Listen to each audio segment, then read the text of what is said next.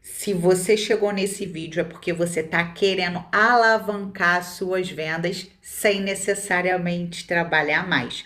Vem comigo que eu vou te entregar o ouro aqui das vendas. O que eu vou falar com você hoje é definir público-alvo. Só que eu vou falar de definir público-alvo de uma forma que ninguém nunca falou com você, que ninguém nunca mencionou, ou uma forma que você nunca viu na prática. Definir o público-alvo é a chave mestra de toda a venda. Fica aí, não pula esse vídeo, segura, porque definir o público-alvo da maneira que eu vou te ensinar vai fazer toda a diferença na sua venda e você vai entender já já por quê. Mas primeiro eu vou te contar uma história real minha de como eu otimizei as minhas vendas a partir de conhecer o público-alvo. Em um dado momento da minha vida, eu me vi gerenciando uma loja de calçados. Eu fui de vendedora a gerente dessa loja. E observando o ritmo da loja, a venda, tudo, me era cobrado muita venda, eu comecei a observar que o ritmo de venda da loja de rua era um e a loja de shopping ela tinha uma outra pegada. Observando isso, e eu precisava aumentar as vendas, eu comecei a encucar na mente dos vendedores, a incentivá-los a vender acessório. Como toda equipe, ela se motivou a vender mais acessório porque eram pequenas vendas, por exemplo, um pacote de meia, cerca de R$ 20. 10 pacotes de meia, R$ 200. Em 10 dias são R$ 2.000 a mais na venda total do colaborador. Isso em 2014. E o que aconteceu? Essa equipe começou a vender em acessório o mesmo, o equivalente a uma loja GG de rua. Isso é muito comum acontecer. E na venda geral da loja, nós aumentamos a venda em quase 30%. Então, isso é muito observar o seu público-alvo. Por mais que seja único, a loja de calçado é único, né? Então, assim, por mais que seja único, há uma subdivisão por bairro, há uma subdivisão por categoria. Então, observar, né, a categorização do seu cliente é algo muito importante. Por que isso é tão importante? Você definindo o seu público-alvo, você vai entender de prospecção, você vai saber as dores desse cliente. De repente, dentro desse público-alvo, você vai ainda subdividir esse público. Vou dar um exemplo em plano de saúde.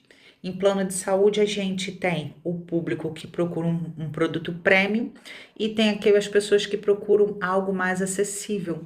São nicho e subnicho. Além desses nichos, eu ainda tenho as seguintes categorização dentro de plano de saúde.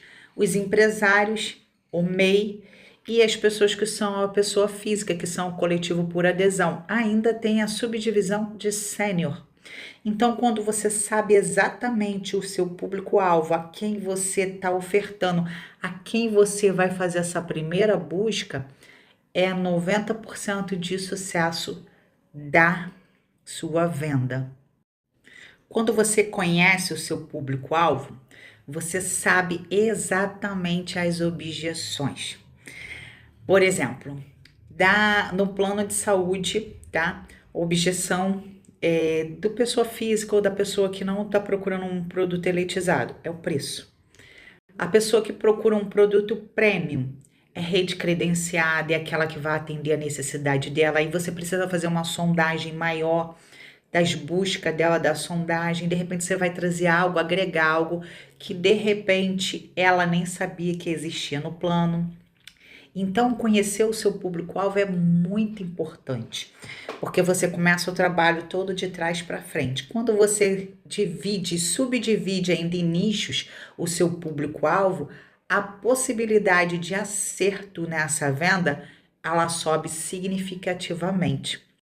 Se você chegou até aqui, curte, comenta e compartilha. Para mim é muito importante, você me ajuda a crescer e ajuda outras pessoas que estão com o mesmo problema que o seu a aprenderem mais sobre venda. Agora, você que está aqui, eu vou trazer algo inédito e um ouro para você.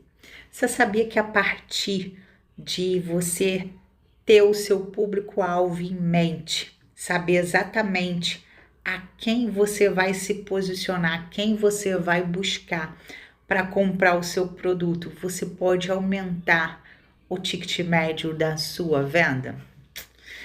Se for um contrato, você pode agregar mais valor a esse contrato? Porque quando você sabe o público-alvo e você estuda a real dor desse seu cliente, antes dele verbalizar, você já tem uma noção do calcanhar de Aquiles dele. Então você vai chegar na venda, na abordagem com esse teu cliente, na sondagem que a gente diz, muito mais confiante, muito mais atento aos detalhes. E muitas das vezes o cliente vai levar mais produto ou colocar acessórios quando é carro. Eu fui vendedora de carro também.